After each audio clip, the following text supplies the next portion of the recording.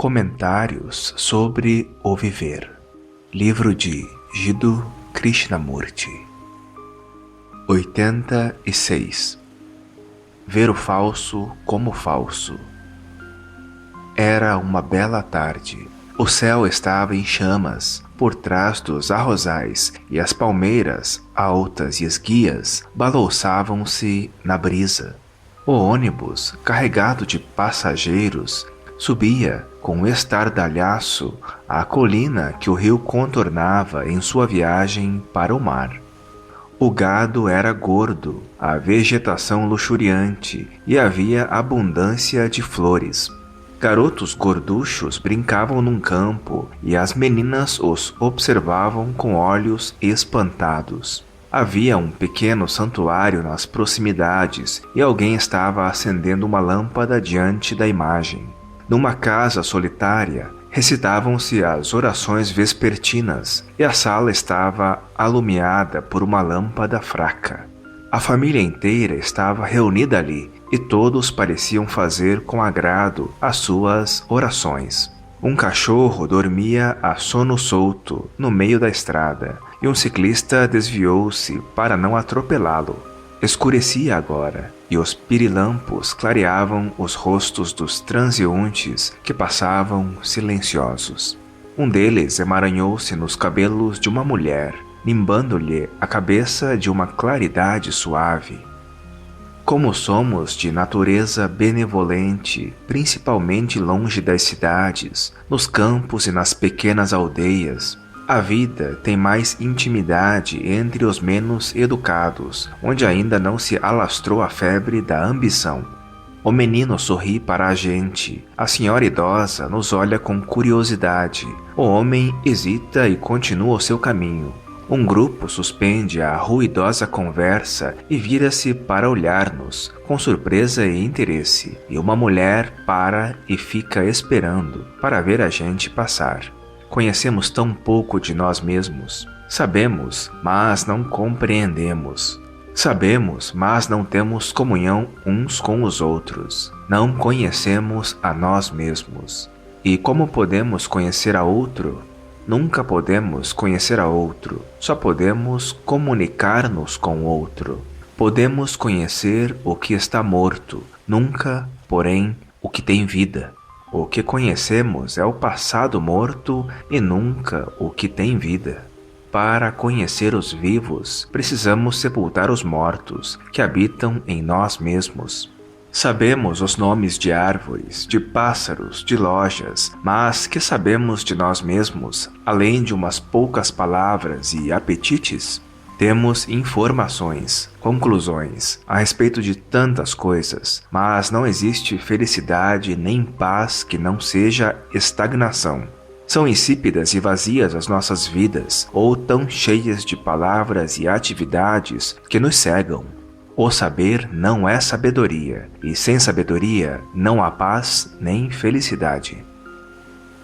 Ele era moço, professor de alguma coisa. Um homem insatisfeito, preocupado e carregado de responsabilidades. Começou falando de suas atribulações, da triste sina do homem.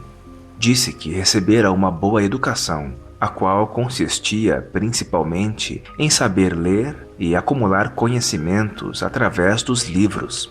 Adiantou haver comparecido todas as vezes que fora possível às nossas palestras e continuou. Há anos tentava deixar de fumar, mas nunca conseguira inteiramente. Desejava abandonar o hábito por ser dispendioso, além de estúpido. Já fizera todos os esforços para esquecer o fumo, mas sempre voltara a fumar. Este era um dos seus problemas, entre outros. Ele era ardente, nervoso e magro. Compreendemos alguma coisa se a condenamos? Repeti-la ou aceitá-la, isso é fácil, mas a própria condenação ou aceitação é uma maneira de evitar o problema. Condenar uma criança é empurrá-la para longe de nós, para que não nos amole, mas a criança ainda existe. Condenar é fazer pouco caso, não dar atenção. e pela condenação não pode haver compreensão. Tenho-me condenado repetidamente por causa do hábito de fumar. É difícil não condenar. Sim, é difícil não condenar, porque o nosso condicionamento está baseado na rejeição, na justificação, na comparação e na renúncia. Este é o nosso fundo, o condicionamento com que nos abeiramos de todos os problemas. Este próprio condicionamento cria o problema, o conflito. Procurastes libertar-vos racionalmente do hábito de fumar, não é verdade?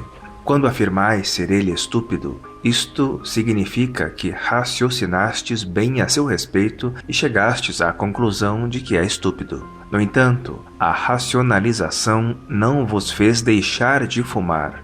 Pensamos ficar livres de um problema, conhecendo-lhe a causa, mas saber significa apenas ter informação, uma conclusão verbal. É bem óbvio que este saber impede a compreensão do problema. Saber a causa de um problema e compreender o problema são duas coisas completamente diversas. Mas, de que outra maneira podemos aplicar-nos a um problema? É o que vamos descobrir. Quando descobrirmos qual é a maneira falsa de considerar o problema, conheceremos a única maneira adequada de o fazer.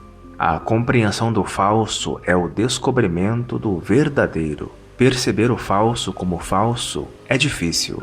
Consideramos o falso através da comparação, da medida do pensamento. Pode o falso ser enxergado como falso por meio de qualquer processo de pensamento? O próprio pensamento não é condicionado e, por conseguinte, falso? Mas como podemos saber que o falso é falso a não ser pelo processo de pensamento? Aí é que está a causa da atrapalhação, não achais? Quando nos servimos do pensamento para resolver um problema, estamos, por certo, usando um instrumento completamente inadequado, porque o próprio pensamento é produto do passado, da experiência.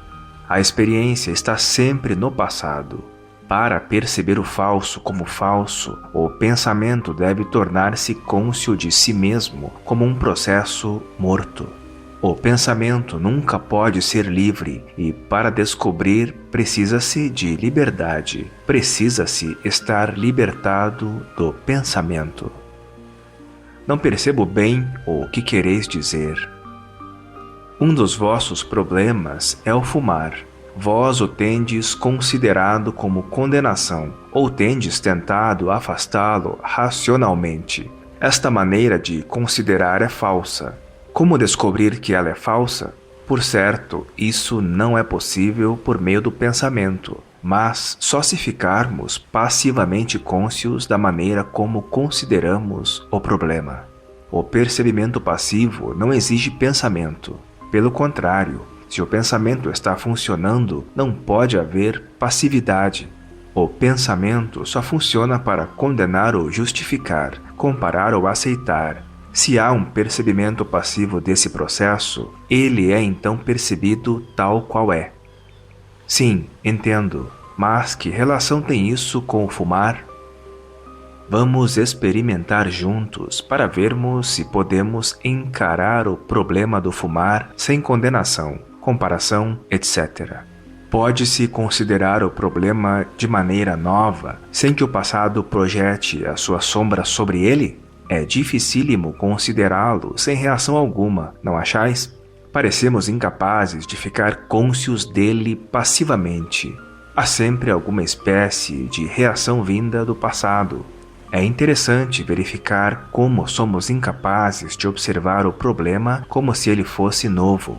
Estamos sempre munidos de todos os nossos resultados, conclusões, intenções do passado.